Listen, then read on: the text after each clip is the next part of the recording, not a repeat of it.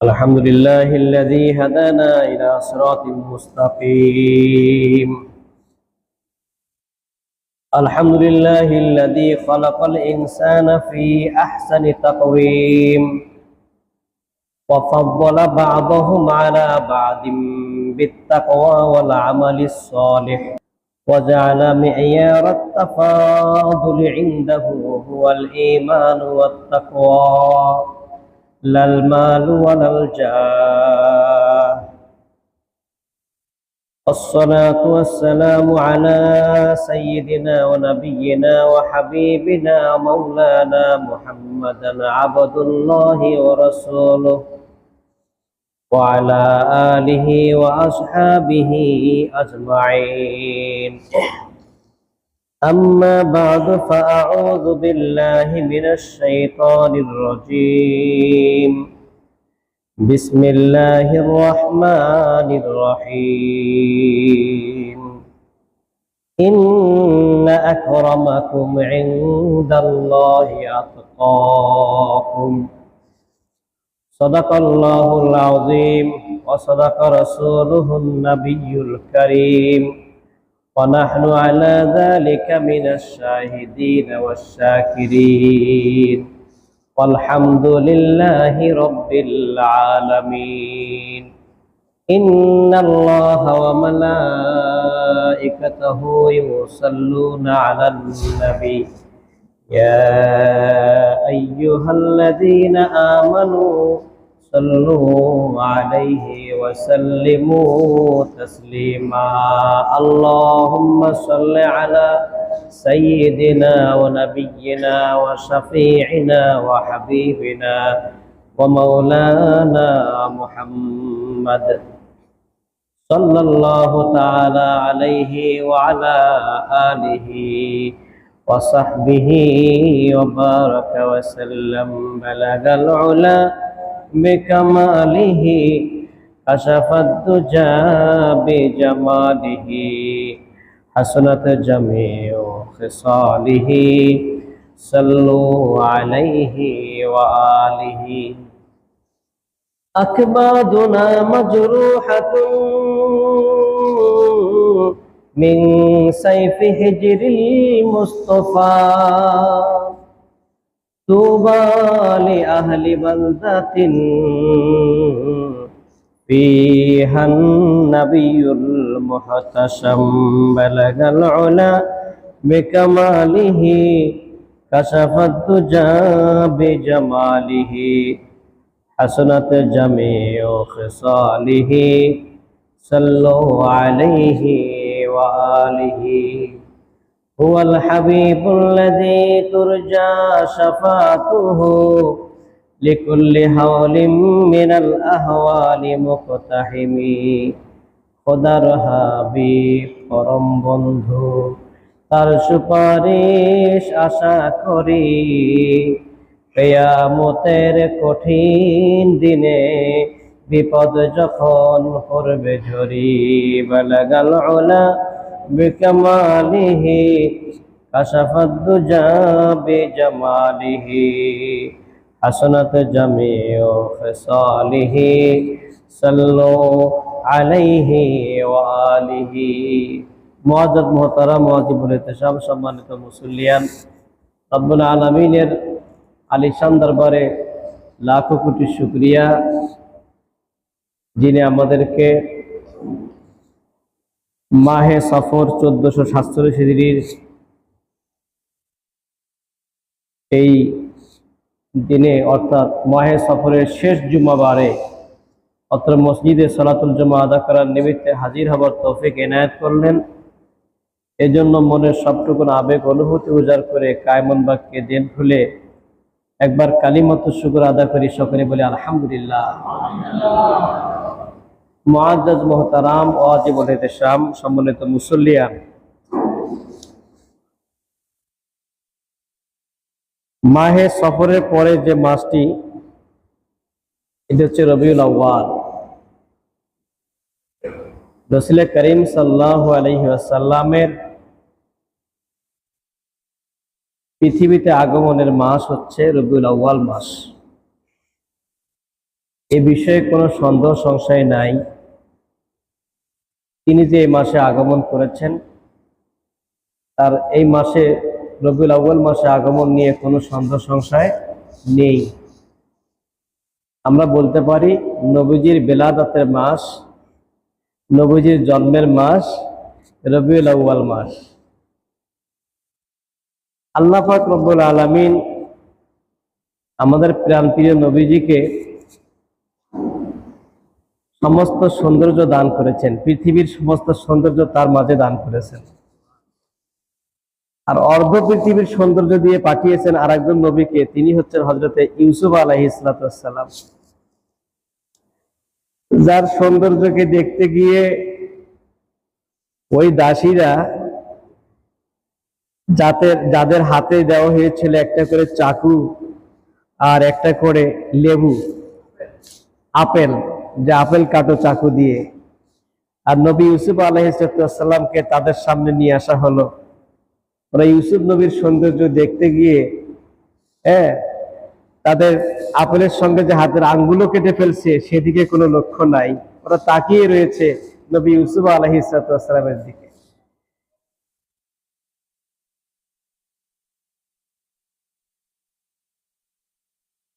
জনৈক কবি তার লিখনীতে বলেছেন, যদি সেই ইউসুফ নবী আলাইহিস সালামকে দেখে, তার সৌন্দর্য দেখে যে সমস্ত নারীরা আপেলের পরিবর্তে তাদের হাতে আঙ্গুল কেটে ফেলেছিল, টের পায়নি, ওদের সামনে যদি আমাদের নবীজিকে দাঁড় করানো হতো, মুহাম্মদ রাসূলুল্লাহ সাল্লাল্লাহু আলাইহি ওয়াসাল্লামকে নিয়ে আসা হতো, ওদের কলজা কেটে ফেলতে তাও টের পেত না। সুবহানাল্লাহ। আমাদের নবীজিকে আল্লাহ পাক কি সৌন্দর্য দিয়েছেন, সৌন্দর্যের পরিপূর্ণতা তার মাধ্যমে আল্লাহ পাক দিয়েছেন, দ্বীনের পরিপূর্ণতা তার মাধ্যমে আল্লাহ পাক দিয়েছেন, নিয়ামত রাজির পরিপূর্ণতা তার মাধ্যমে আল্লাহ পাক দিয়েছেন। বলুন সুবহানাল্লাহ। আল্লাহ পাক বলেন, আল-ইয়াওমা আকমালতু লাকুম দীনাকুম ওয়া আতমামতু আলাইকুম নি'মাতি ওয়া রাদিতু লাকুমুল ইসলাম দীনা। আজকের দিনে তোমাদের দিনকে আমি পরিপূর্ণ করে দিলাম, আমি আমার নিয়ামত রাজিকে তোমার মাধ্যমে পরিপূর্ণ করে দিলাম। ওয়া রাদিতু লাকুমুল ইসলাম দীনা, এবং তোমাদের ধর্ম ইসলাম এই বিষয়ে আমি সন্তুষ্ট রইলাম, আমি আল্লাহ রাজি খুশি রইলাম। সুবহানাল্লাহ। রাসূল পাক সাল্লাল্লাহু আলাইহি ওয়াসাল্লামকে আল্লাহ পাক রব্বুল আলামিন নির্দিষ্ট একটা দেশের জন্য নয়, শুধু নির্দিষ্ট একটা জগতের জন্য নয়, শুধু দুনিয়া নামক জগতের জন্য নয়, এরকম প্রায় ৮০,০০০, দুনিয়ার মতো ৮০,০০০ জগৎ রয়েছে, সমস্ত জগতের জন্য আল্লাহ পাক রব্বুল আলামিন তাকে রাহমাতুল লিল আলামিন ঘোষণা করে পাঠিয়েছেন। সুবহানাল্লাহ। কাজেই তার পরিধি, তার বিবৃতি, তার সম্মান, এটা আপনার আমার ধারণার বাহিরে, আপনার আমার ধারণার বাহিরে। আল্লাহ পাক বলেন, ওয়ামা আরসালনাকা ইল্লা রাহমাতাল লিল আলামিন, আমি আপনাকে সমগ্র জগতের জন্য রহমত স্বরূপ পাঠিয়েছি। আল্লাহ পাক রব্বুল আলামিন তার আরশকে আজিম বলেছেন। কোরআনুল কারীম, এই মহাগ্রন্থ আল কোরআন, যেটা আল্লাহ পাকের বাণী, এটাকে আল্লাহ পাক আজিম বলেছেন। আজিম মানে সুমহান, কাবির মানে বড়, কাবির মানে বড়, আজিম মানে বড়। যে বড়ত্বকে দুনিয়ার মানুষ কোন সৃষ্টি তার গবেষণা দ্বারা মাপতে পারে, পরিধি অনুমান করতে পারে, সেটাকে বলা হয় কাবির। আর যার বড়ত্বকে মানুষ কেন কোন সৃষ্টি তার জ্ঞান দিয়ে পরিমাপ করতে পারে না, তাদের জ্ঞানের পরিধির বাহিরে, সীমার বাহিরে, সেটাকে বলা হয় আজিম। সুবহানাল্লাহ। আল্লাহ পাক তার আরশকে আজিম বলেছেন। কত বড় আরশকে দেখছি আমরা। আল্লাহ পাক তার কোরআনকে আজিম বলেছেন। কোরআন কিরকম আজিম? قُلْ لَوْ كَانَ الْبَحْرُ مِدَادًا لِكَلِمَاتِ رَبِّي لَنَفِدَ الْبَحْرُ قَبْلَ أَن تَنفَدَ كَلِمَاتُ رَبِّي ওয়ালাউ জিনা বিমিসলিহি মাদাদা।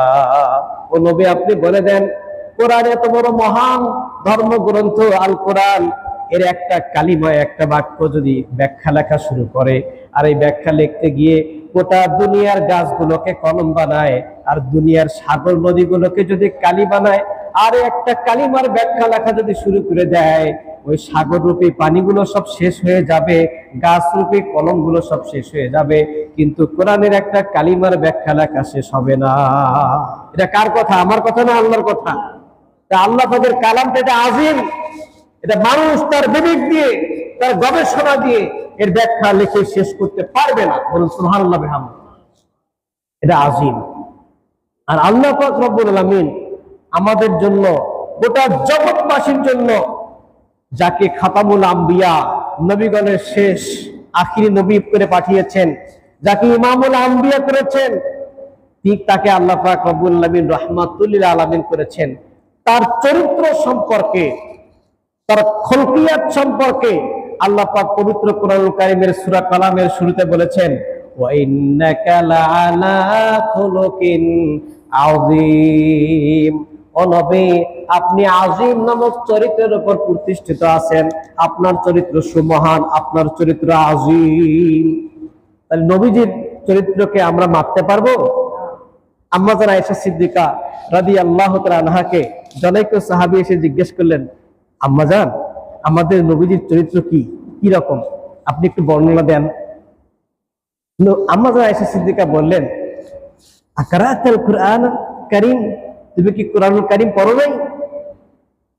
শুনে রেখো, খুলুকুহু আল কোরআন, আমার নবীর চরিত্র হচ্ছে পুরোটাই আল কোরআন। আল্লাহু আকবার। আমার নবীর চরিত্র কি? আল কোরআন। কাজেই এই সুমহান চরিত্রের অধিকারী প্রিয় নবী সাল্লাল্লাহু আলাইহি ওয়াসাল্লাম, তিনি ঘরে একজন আদর্শ স্বামী হিসেবে, তিনি বালকদের মাঝে আদর্শ বালক হিসেবে, যুবকদের মাঝে আদর্শ অনুকরণীয় যুবক হিসেবে, একজন রাষ্ট্রনায়ক হিসেবে আদর্শ রাষ্ট্রনায়ক। এক কথায় তার পুরো জীবনটাই গোটা মানব জাতির জন্য অনুকরণীয়, অনুসরণীয়। তিনি আদর্শের মূর্ত প্রতীক মুহাম্মদুর রাসূলুল্লাহ সাল্লাল্লাহু আলাইহি ওয়াসাল্লাম। আল্লাহ পাক বলেছেন, লাকাদ কানা লাকুম ফি রাসূলিল্লাহি উসওয়াতুন হাসানাহ, নিশ্চয় নবী মুহাম্মদ সাল্লাল্লাহু আলাইহি ওয়াসাল্লামের মাঝে তোমাদের জন্য রহিয়েছে উত্তম আদর্শ। তোমরা কেউ যদি উত্তম আদর্শ গ্রহণ করতে চাও, নবী মুহাম্মদের মাঝে খোঁজো। কেউ যদি উত্তম স্বামী খুঁজতে চাও, নবী মুহাম্মদের মাঝে সেটা খোঁজো। কেউ যদি উত্তম পরিবার খুঁজতে চাও, নবী মুহাম্মদের মাঝে সেটা খোঁজো। বলুন সুবহানাল্লাহ বিহামদিহি। সেই প্রিয় নবী সাল্লাল্লাহু আলাইহি ওয়াসাল্লাম, তার জবান মিশ্রিত বাণী। উত্তম মানুষ কারা? আল্লাহ পাক রব্বুল আলামিন কোরআনের ভাষায় কাদেরকে উত্তম বলেছেন, আজকে আমি আপনাদের সামনে এই বিষয়গুলো নিয়ে কথা বলবো ইনশাআল্লাহ। তাই আমি বিষয় নির্ধারণ করেছি, আফজালুন নাসি ফিল কুরআনি ওয়াল হাদিস, কোরআন এবং হাদিসের দৃষ্টিতে উত্তম মানুষ। কোরআন এবং হাদিসের দৃষ্টিতে উত্তম মানুষ কারা? চলুন আমরা কোরআনে চলে যাই। আফজালুন নাসি ফিল কুরআন, কোরআনের দৃষ্টিতে উত্তম মানুষ হচ্ছে 5 শ্রেণীর মানুষ। সুবহানাল্লাহ বিহামদিহি। 1 নম্বর হচ্ছে মাইয়াত্তাকিল্লাহ, যে আল্লাহকে ভয় করে, সে দুনিয়াতে শ্রেষ্ঠ মানুষ। যে আল্লাহকে ভয় করে, এই দুনিয়াতে সে সবার সেরা মানুষ। কারণ নবীজি বলেছেন ব্যাখ্যায়, মাই ইয়াখাফুল্লাহ ইয়াখাফু কুল্লু শাই, যে আল্লাহকে ভয় করতে জানে, পৃথিবীর সবাই তাকে ভয় করে। কারণ কোন সৃষ্টির ভয় তো আমার ভেতরে নাই, আমার ভেতরে স্রষ্টার ভয় রয়েছে। কারণ সে সৃষ্টিকে ভয় করতে পারে না, স্রষ্টাকে সবসময় সে। আল্লাহর ভয় যদি হৃদয়ে থাকে, আল্লাহ পাক তার জন্য কি করবেন? আল্লাহ পাক বলেন, সূরা তলাকের মধ্যে পড়ে দেখবেন, 1 নম্বরে তার অভাব মোচন করে দিবেন, 2 নম্বরে তার দোয়া আল্লাহ পাক কবুল করবেন, 3 নম্বরে দুনিয়া আখিরাতের সমস্ত কাজ তার জন্য সহজ করে দিবেন, আখিরাতে তার জন্য সুমহান পুরস্কার নির্ধারিত করে রাখবেন। সুবহানাল্লাহ বিহামদিহি। কন্ডিশন তাকওয়া, খোদাভীতি, পরহেজগারিতা, ট্রান্সপারেন্সি, এটা হতে হবে। দুই নম্বর হচ্ছে ওয়ামাই ইউমিন বিল্লাহি ওয়া ইয়ামালু সালিহা, যে আল্লাহর প্রতি ঈমান আনবে এবং নেক আমল করবে, সে হচ্ছে পৃথিবীতে উত্তম মানুষ। তিন নম্বর হচ্ছে মান ইয়ামুরু বিল মারুফ ওয়া ইয়ানহা আনিল মুনকার, যে সৎ কাজের আদেশ দেবে, অসৎ কাজে মানুষকে বাধা দেবে, সে শ্রেষ্ঠ মানুষ। আল্লাহ তাআলা বলেছেন কুনতুম খায়রা উম্মাতিন উখরিজাত লিন-নাস তা'মুরুনা বিল মারুফি ওয়া তানহাউনা আনিল মুনকার, তোমরা পৃথিবীর, তোমরাই হচ্ছে উত্তম জাতি, তোমরাই শ্রেষ্ঠ মানব। উখরিজাত লিন-নাস, যাদেরকে মানবের কল্যাণে উত্থান ঘটানো হয়েছে, যাদেরকে মানবের কল্যাণে বের করে নিয়ে আসা হয়েছে, তাদের কাজ কি? তা'মুরুনা বিল মারুফ, তোমরা সৎ কাজের আদেশ দেবে, ওয়া তানহাউনা আনিল মুনকার, অসৎ কাজ থেকে মানুষকে বারণ করবে। তাহলে যারা সৎ কাজের আদেশ দেয়, অসৎ কাজে বাধা দেয়, তারা এই দুনিয়ায় উত্তম মানুষ। সৎ কাজের আদেশ দিতে গেলে নিজেকে সৎ হতে হবে না? হ্যাঁ, নিজে আমল না করিয়ে অন্যকে আমলের নির্দেশ দিলে সেটা কি হবে? বেহুদা, বেফায়দা, এর কোনো ফায়দা নাই। এজন্য বরফির আব্দুল কাদের জিলানী রাহমাতুল্লাহি আলাইহি তিনি বলেছেন, খুদ আমল না করকে ওয়াজ করনা বেহুদা বকবকানা হয়। নিজে আমল না করে মানুষকে আমলের নসিহত করা, এটা হচ্ছে বেহুদা বকবকানি ছাড়া কিছু না, খালি বকবক করাই হবে।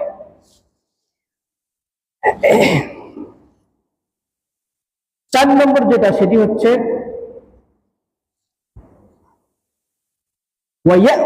ওয়ায়াদউ ইলাল্লাহি ওয়া ইউলিনু ইসলামাহ, যে আল্লাহর দিকে মানুষকে আহ্বান করে, সে হচ্ছে উত্তম মানুষ। যে আল্লাহর পথে মানুষকে আহ্বান করে, আল্লাহর পথে মানুষকে দাওয়াত দেয়। দাওয়াত থাকতে হবে, আল্লাহর প্রতি আহ্বান থাকতে হবে। আল্লাহ পাক বলেন ওয়ামান আহসানু কাওলাম মিম্মান দাআ ইলাল্লাহ ওয়া আমিলা সালিহান ওয়া ক্বালা ইন্নানী মিনাল মুসলিমিন। সূরা ফুসসিলাতের 33 নম্বর আয়াতে আল্লাহ পাক বলেন, ওই ব্যক্তির চেয়ে উত্তম কথা আর কার হতে পারে, যে মানুষকে আল্লাহর পথে আহ্বান করে, যে মানুষকে তার জবান দিয়ে আল্লাহর পথে ডাকে, ওয়া আমিলা সালিহান, নেক আমল করে, ওয়া ক্বালা, আর ঘোষণা দেয়, ইন্নানী মিনাল মুসলিমিন, আমি মুসলমান। আমি কি? মুসলমান। এই ঘোষণা দিতে হবে, আমি মুসলমান। আমি ইনশাআল্লাহ মুসলমান, এই কথা বললে চলবে না। আল্লাহ চাইলে আমি মুসলমান, এই কথা বলা যাবে না। সব জায়গায় ইনশাআল্লাহ খাটে না। ইনশাআল্লাহ বলে যদি কেউ বিবিকে তালাক দেয়, এতে বিবি তালাক হবে না, কারণ আল্লাহ তো এটা চান না। আল্লাহ তো এটা চান না। আবগাদুল হালাল ইলাল্লাহ আত-তালাকু, আল্লাহ পাকের কাছে সবচেয়ে নিকৃষ্ট হালাল হচ্ছে তালাক। আর একটা কি? মানুষের কাছে হাত পাতা, এটা হালাল তবে নিকৃষ্ট, নিন্দনীয়। আল্লাহ পাকের কাছে দুইটা জিনিস অপছন্দনীয়, একটা হচ্ছে মানুষের দ্বারা হাত পাতা, ভিক্ষাবৃত্তি, আর একটা হচ্ছে স্ত্রীকে তালাক দেওয়া। এখন স্ত্রীকে তালাক দিতে গিয়ে কেউ যদি বলে ইনশাআল্লাহ তুমি তালাক, 1 তালাক 2 তালাক 3 তালাক, এতে তালাক কিন্তু হবে না, কারণ আল্লাহ তো এটা চান না। আল্লাহ চাইলে তুমি তালাক, এতে কাজ হবে না। এটা তাহলে আমার ইসলামিয়তকে দৃঢ়তার সাথে ঘোষণা করতে হবে, ওয়াকালা ইন্নানী মিনাল মুসলিম, আমি মুসলমানের অন্তর্ভুক্ত, আমি মুসলমান, এটা ঘোষণা করতে হবে। দৃঢ়তার সাথে বলতে হবে ইনশাআল্লাহ আমি মুসলমান, এ কথা বললে চলবে না।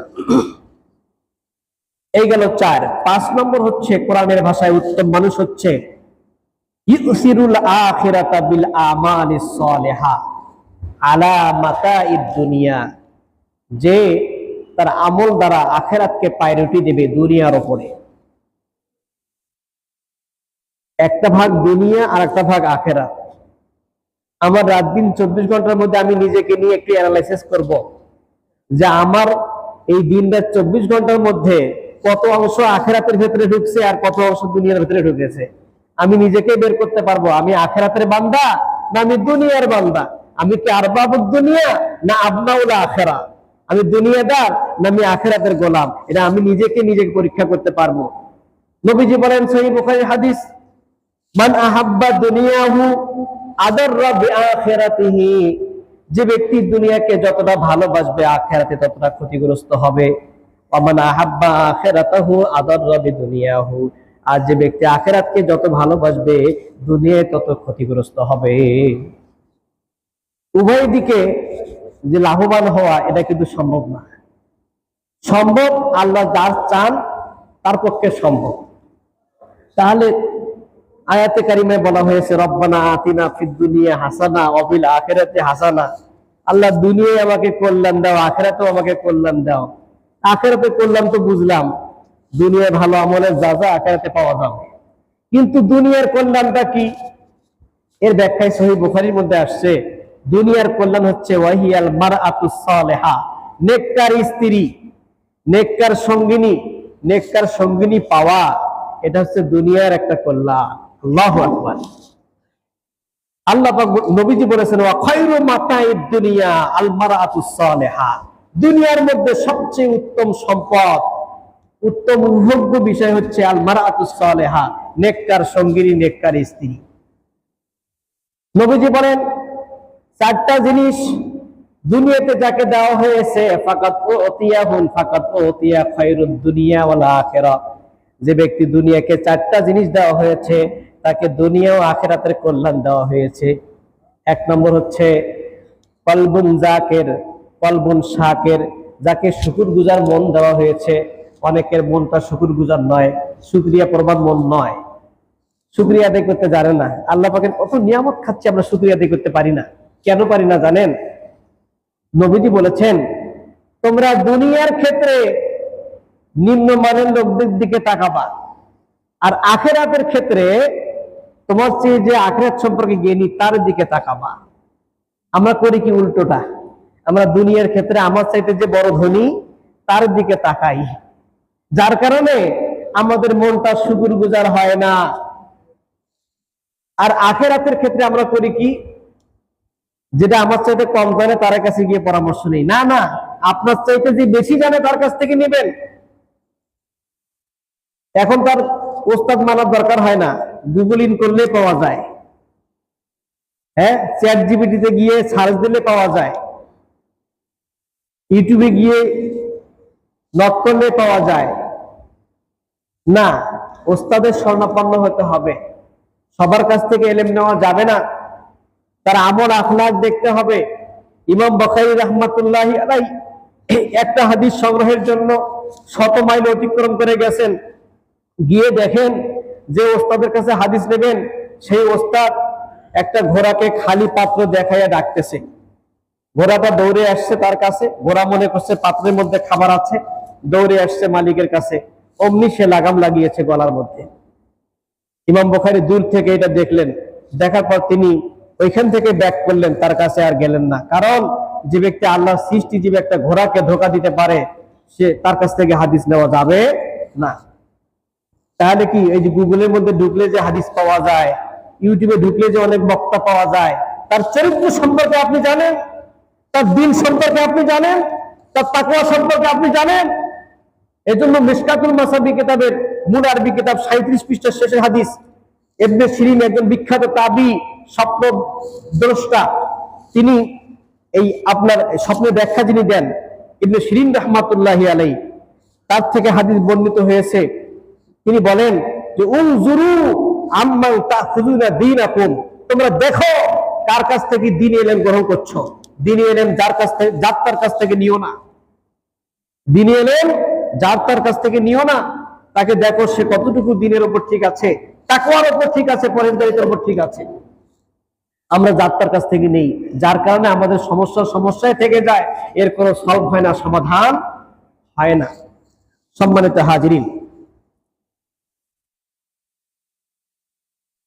আমরা দিন-রাত 24 ঘন্টায় নিজেকে নিয়ে পরীক্ষা করব যে আমার অংশ কতটুকু দুনিয়ার দিকে, আমার টান দুনিয়ার দিকে কি রকম আর আখিরাতের দিকে কি রকম।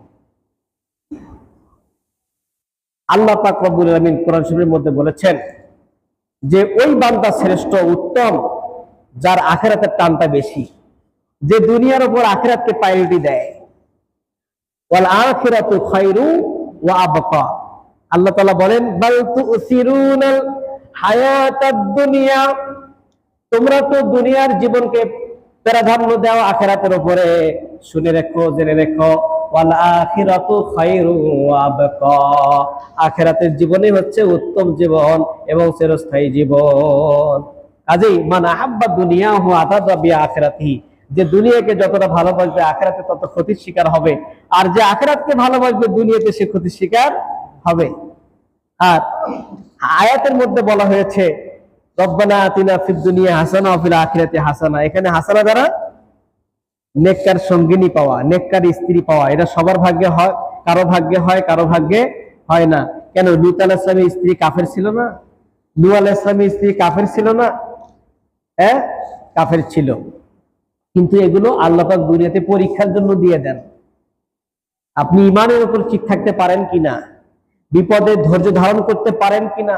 এই যে সম্পদশালী হওয়া, এটাও একটা পরীক্ষা। সম্পদ না থাকাও একটা পরীক্ষা। আল্লাহ পাক সম্পদ দেন যে আপনি সম্পদের যাকাত আদায় করেন কিনা, হক আদায় করেন কিনা, প্রতিবেশীর হক আদায় করেন কিনা। আর সম্পদ দেন না, গরিব বানায় রাখেন, আপনি তাতে ধৈর্য ধারণ করতে পারেন কিনা, সেটাও আল্লাহ পাক দেখেন। দুইটাই পরীক্ষা। তবে আল্লাহ নবী সাল্লাল্লাহু আলাইহি ওয়াসাল্লাম দারিদ্র্যময় জীবনকে পছন্দ করতেন, মিসকিনি জীবনকে তিনি পছন্দ করতেন। কারণ একজন ধনী মানুষের 500 বছর আগে গরিব মানুষ জান্নাতে চলে যাবে, সুনান ইবনে মাজার হাদিস। আর মুহাজিরিনদের সম্পর্কে নবীজি বলেছেন যে মুহাজির, তোমরা যারা আল্লাহ এবং তার নবীর ভালোবাসায় মক্কা থেকে হিজরত করে মদিনায় চলে আসছো, তোমাদের মধ্যে যারা গরিব তারা তোমাদের ধনীদের 40 বছর আগে জান্নাতে যাবে। এটা মুহাজিরিনদের ক্ষেত্রে, এটা সুনানে তিরমিজির হাদিস, এটা মুহাজিরিনদের ক্ষেত্রে। তবে রাসূলুল্লাহ সাল্লাল্লাহু আলাইহি ওয়াসাল্লাম মিসকিনি জীবনটাকে পছন্দ করতেন। তিনি দোয়ার মধ্যে বলতেন আল্লাহুম্মা আহইনি মিসকিনান ওয়া আমিতনি মিসকিনান ওয়াহশুরনি ফি জামরাতিল মাসাকিন। হে আল্লাহ, তুমি আমাকে বেঁচে রাখো, তুমি আমাকে বেঁচে রাখো মিসকিন অবস্থায়। ওয়া আমিতনি মিসকিনান, আমাকে মউত দান করো মিসকিন অবস্থায়। ওয়াহশুরনি ফি জামরাতিল মাসাকিন, আর তুমি আমাকে হাসর করো মিসকিনদের দলে। বলুন সুবহানাল্লাহ বিহামদি।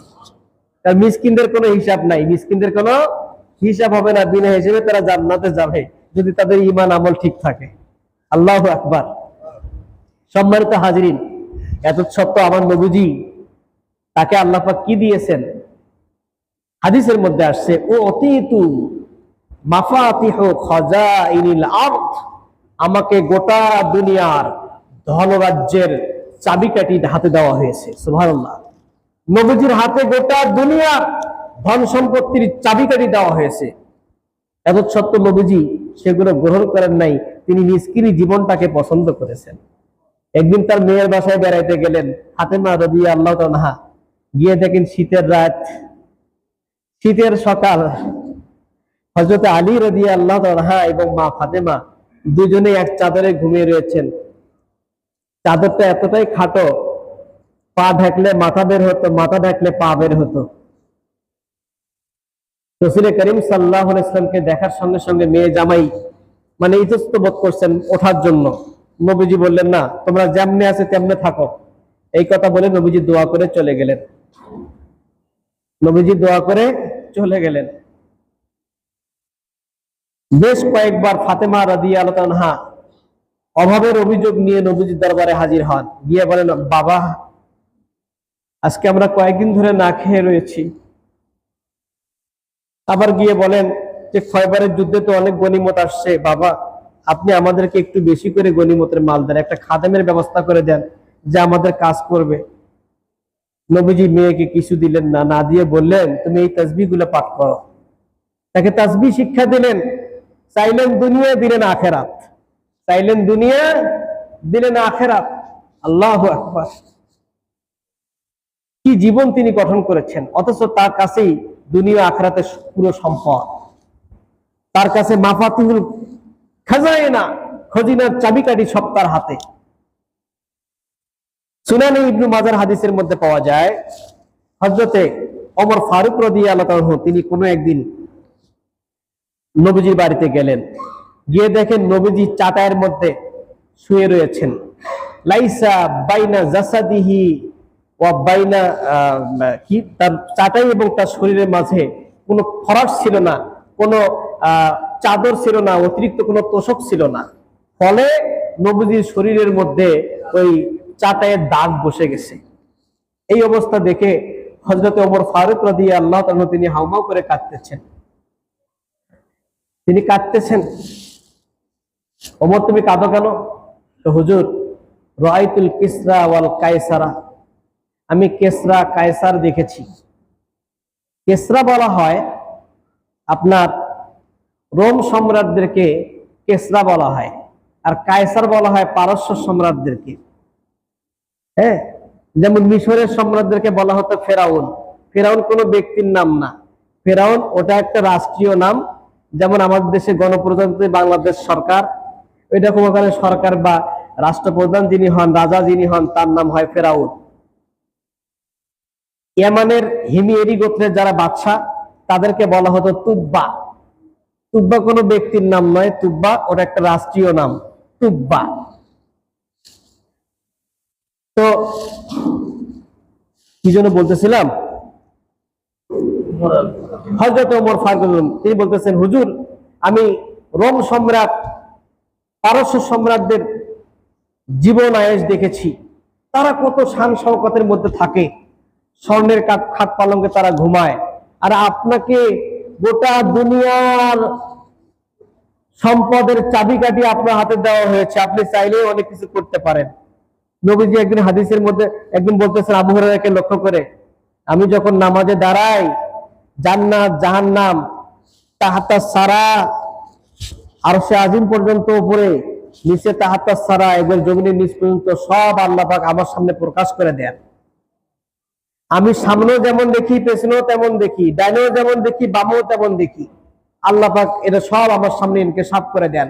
তোমরা যদি চাইতে তাহলে জান্নাত থেকে আঙ্গুরের ছড়ি তোমাদেরকে নিয়ে এসে দিতাম, তোমরা খেয়ে শেষ করতে পারতাম না। আল্লাহু আকবার। দুনিয়া থেকে নবীজি আখিরাতের উপর কি করেন? ক্ষমতা প্রয়োগ করতে পারেন, জান্নাতি ফল তিনি নিয়ে আসতে পারেন। সুবহানাল্লাহ বিহামদি। সেই প্রিয় নবী সাল্লাল্লাহু আলাইহি ওয়াসাল্লাম, তার এই অবস্থা। ওমর কাঁদতেছেন। ওমর কাঁদো কেন? আমি পারস্য রোম সম্রাটদের জীবন আয়েশ দেখেছি, তারা কত শান শওকতপূর্ণ জীবন যাপন করে, আর আপনাকে এত এত দেওয়ার পরও আপনি এভাবে কষ্টের জীবন বেছে নিয়েছেন। তখন নবীজি বললেন, ওমর, দুনিয়া ওদের ওই পর্যন্ত শেষ, ওদের আখিরাতে কিছু নাই, আখিরাতে ওদের কিছু নাই। আর আমি আখিরাতে চাই। আমি এগুলো কোথায় চাই? আখিরাতে চাই। আমি চাই আমার উম্মতের জন্য চাই। সুবহানাল্লাহ। নবীজি কোন জীবন দেখে দিলেন, আর আমরা কোনটা গ্রহণ করছি? হ্যাঁ, আমরা কষ্টের জীবন চাই না, আমরা দুনিয়াতে জান্নাতি সুখ পেতে চাই। সুনানে আবু দাউদের হাদিস, সহিহ মুসলিম শরীফের হাদিস, নবীজি বলেছেন, আর দুনিয়া সিজনুল মুমিন, দুনিয়াটা হচ্ছে মুমিনের জন্য জেলখানা, ও জান্নাতুল কাফের, আর কাফেরের জন্য এটা বেহেশত। কাফেররা দুনিয়াটাকে বেহেশত মনে করে, কারণ তারা আখিরাতে বিশ্বাস করে না। আখিরাতে যে সুখ পাওয়া যাবে সেটা তারা বিশ্বাস করে না। মুমিনরা আখিরাতের সুখের জন্য দুনিয়ায় কষ্ট করে। সুবহানাল্লাহ বিহামদি। এখন কোন মুমিন উত্তম, আমরা এখন হাদিসের ভাষায় শুনবো। 12 জন ব্যক্তির নাম, 12 শ্রেণীর লোকের কথা বলা হয়েছে। আমি সংক্ষেপে বলবো যেহেতু সময় কম। সহিহ বুখারী হাদিস নম্বর 2651, নবীজি বলেন, খায়রুকুম করনি সুম্মাল্লাযীনা ইয়ালুনাহুম সুম্মাল্লাযীনা ইয়ালুনাহুম, সবচেয়ে উত্তম মানুষ হচ্ছে আমার যুগের মানুষেরা, তার মানে সাহাবারা। তারপর তাদের পরবর্তী লোকেরা, তার মানে তাবিঈরা। তারপর পরবর্তী লোকেরা, তাবিঈগণ। এরা হচ্ছে উত্তম মানুষ, কারণ এদের উত্তমতার ব্যাপারে নবীজি সাক্ষ্য দিয়েছেন। 2 নম্বর হচ্ছে খায়রুকুম মান তাআল্লামাল কুরআনা ওয়া আল্লামা, তোমাদের মধ্যে ওই ব্যক্তি সর্বোত্তম, ওই ব্যক্তি শ্রেষ্ঠ যে নিজে কোরআন শেখে এবং অপরকে শিক্ষা দেয়। কারণ কোরআনটা হচ্ছে এটা আল্লাহর কালাম, এটা আল্লাহর কালাম। কাজেই আল্লাহর কালাম বুঝতে হলে আল্লাহর কালাম পড়তে হবে, এর সাথে সম্পর্ক রাখতে হবে। কাজেই ইজা করানাল কুরআনা ওয়া তাআল্লামনাহু নুসবিহু মিন আফজালিন নাস, আমরা যখন কোরআন পড়ব, কোরআন শিক্ষা দেব, তখন আমরা ভালো মানুষে পরিণত হব। আমরা ভালো মানুষ হওয়ার জন্য কি করতে হবে? কোরআনের সাথে সম্পর্ক রাখতে হবে, কোরআন তেলাওয়াত করতে হবে। সহিহ বুখারী হাদিস নম্বর আপনার 2390, ইন্না খিয়ারাকুম আহসানুকুম কাযাআন, তোমাদের মধ্যে সবচেয়ে উত্তম তারাই যারা কি করে, যথাসময়ে ঋণ পরিশোধ করে। কিছু লোক আছে করজ নেয়, ধার নেয় অভাবের মুহূর্তে, কিন্তু ধার নিলে যে ধার দেয় সে নিজেকে মনে করে অপরাধী, যে ওকে ধার দেওয়াটাই আমার কি হয়েছে, ভুল হয়েছে। সে আর পাত্তা দেয় না, দেখা করে না, সামনে গেলে কেমন যেন মুখটা অন্ধকার করে থাকে। তার মানে ওই ঋণটা যে ব্যক্তি দিয়েছে, ঋণদাতাই এখন অপরাধী, ঋণদাতাই নিজেকে অপরাধী মনে করে। না, নবীজি বলেন সবচেয়ে উত্তম মানুষ যে যথাসময়ে ঋণ কি করে, ফেরত দেয়, আমানত ফিরিয়ে দেয়, সে হচ্ছে উত্তম মানুষ। এরপর রাসূল পাক সাল্লাল্লাহু আলাইহি ওয়াসাল্লাম বলেন, সুনানে তিরমিজি হাদিস নম্বর 2263, খায়রুকুম মাইয়ুরজা খায়রুহু, তোমাদের মধ্যে ওই ব্যক্তি উত্তম যার কাছে কল্যাণ কামনা করা হয়, যার কাছে কল্যাণ মানুষ আশা করে আসে, অমুকের কাছে গেলে পাওয়া যাবে, অমুকের কাছে গেলে একটা ভালো পরামর্শ পাওয়া যাবে, অমুকের কাছে গেলে সে আমাকে ফেরত দেবে না, এরকম আশান্বিত হয়ে যার কাছে মানুষ আসে, সেই লোকটা উত্তম মানুষ। মানুষ শাররুহু, তার ক্ষতি থেকে মানুষ নিরাপদ, মানে নিজেকে নিরাপদ মনে করে যে তার কাছে গেলে আমার কোনো ক্ষতি হবে না, আমার জীবন হায়াত রক্ষা পাবে। ওয়া শাররুকুম, তোমাদের মধ্যে সবচেয়ে নিকৃষ্ট হচ্ছে মাল্লা ইউরজা খায়রুহু, যার কাছে কোনো কল্যাণ কামনা করা হয় না, ওয়ালা ইউমানু শাররুহু, যার ক্ষতি থেকে নিরাপদ মনে করা যায় না, সেই মানুষটা হচ্ছে জগতের মধ্যে নিকৃষ্ট মানুষ। জগতের মধ্যে উত্তম মানুষকে, যার নামাজ রোজা বেশি সে, যার যাকাত বেশি সে না, এখানে বলা হচ্ছে জগতের মধ্যে উত্তম মানুষ যাকে মানুষ, যার কাছে যাওয়াটাকে কল্যাণকর মনে করে, যার ক্ষতি মানুষ থেকে নিরাপদ, ক্ষতি থেকে মানুষ নিজেকে নিরাপদ মনে করে। কিছু মানুষ আছে সামনে গেলে এমন কিছু ঘুটঘুটে কথা বলে, কিছু যদি দেয়ও এটা খারাপ কথা বলে দিয়ে দেয়। তার কাছে বলেন পরবর্তীতে কেউ আসবে, রূঢ় আচরণ, খারাপ ব্যবহার, রাগত স্বরে কথা বলে, কর্কশ মেজাজি। আল্লাহ পাক রব্বুল আলামিন আমার নবীর মাঝে ভালো আদর্শ দিয়েছেন, নবীজিকে শিক্ষা দিয়েছেন, ওয়ালাউ কুনতা ফাজ্জান গালিজাল কালবি, আল্লাহ পাক বলেন লিন তালাহুম, আপনি তাদের সাথে ভালো আচরণ করেন, নরম ব্যবহার করেন। আপনি যদি তাদের সাথে রূঢ় আচরণ করতেন তাহলে সমাজের মানুষেরা আপনাকে ছেড়ে সব পালিয়ে যেত, কেউ আপনার কাছে আর ঘেঁষত না।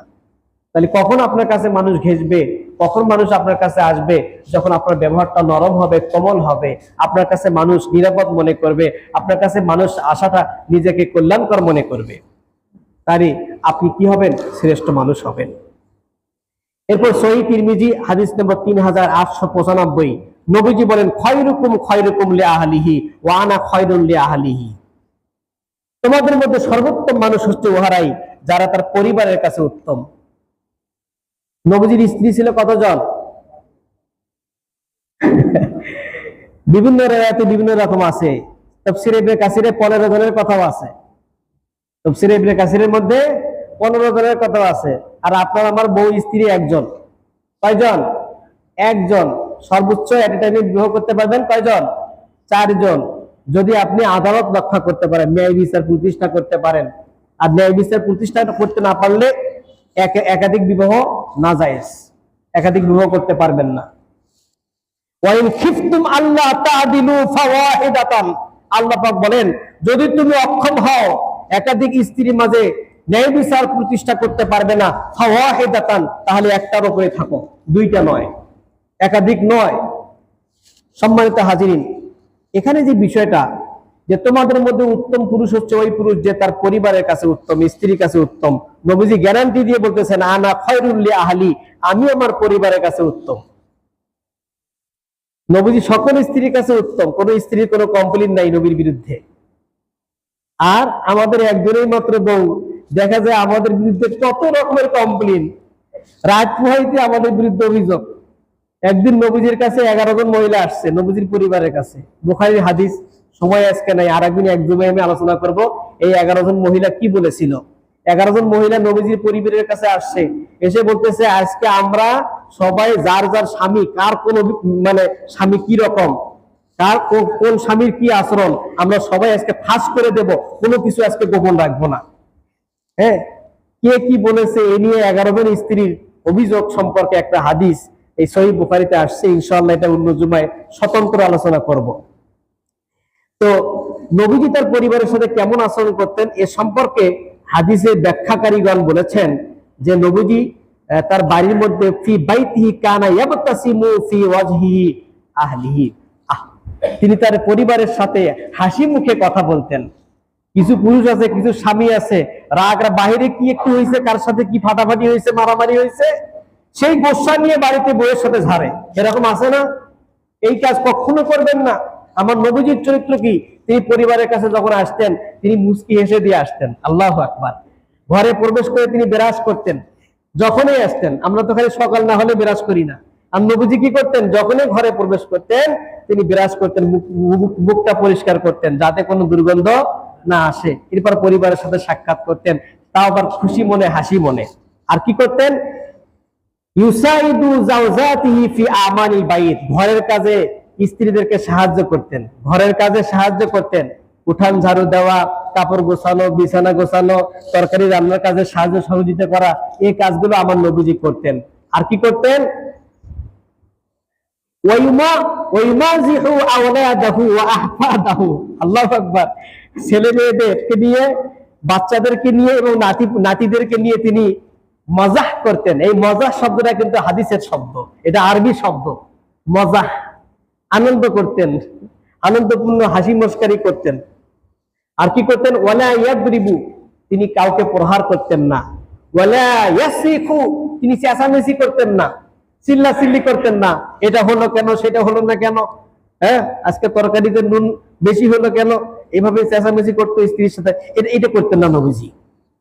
ওয়ালা ইউহিনু, ওয়ালা ইয়াহিনু, তিনি কাউকে অবজ্ঞা করতেন না। আল্লাহু আকবার।